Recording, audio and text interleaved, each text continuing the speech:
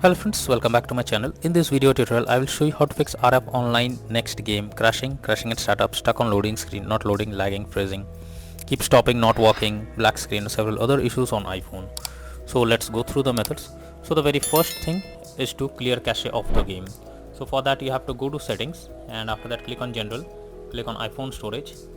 Here you have to search for the game and after that click on offload app. Now click on offload app. So this will clear the cache of the game, and after that try to launch the game and check if it's working. If not, next method is to check your internet connection. So make sure your internet connection is stable and not fluctuating. If you are using Wi-Fi, you can move to mobile data or do vice versa, and after that launch the game and check. Next is to check if the game needs any kind of update. For that, go to the app store and in the search option you have to search for RF online next game, and here you have to check if the game needs any kind of update. If yes, update your game to the latest version, and after that launch the game and check if it's working now. If not, next method is to check if your phone needs any kind of update. For that, go to the settings on your phone. After that, click on general and click on software update, and here it will check if there is an update available. As you can see, there is an update option available. Simply click on update now and wait for some time, and once you update your phone OS to the latest version, after that launch the game and check if it's working.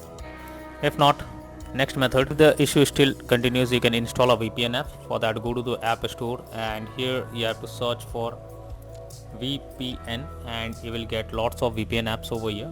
Simply install any one of it and after that change the location and then check if the game is launching or not. After doing all the above methods, you have to restart your phone once. For that, go to settings.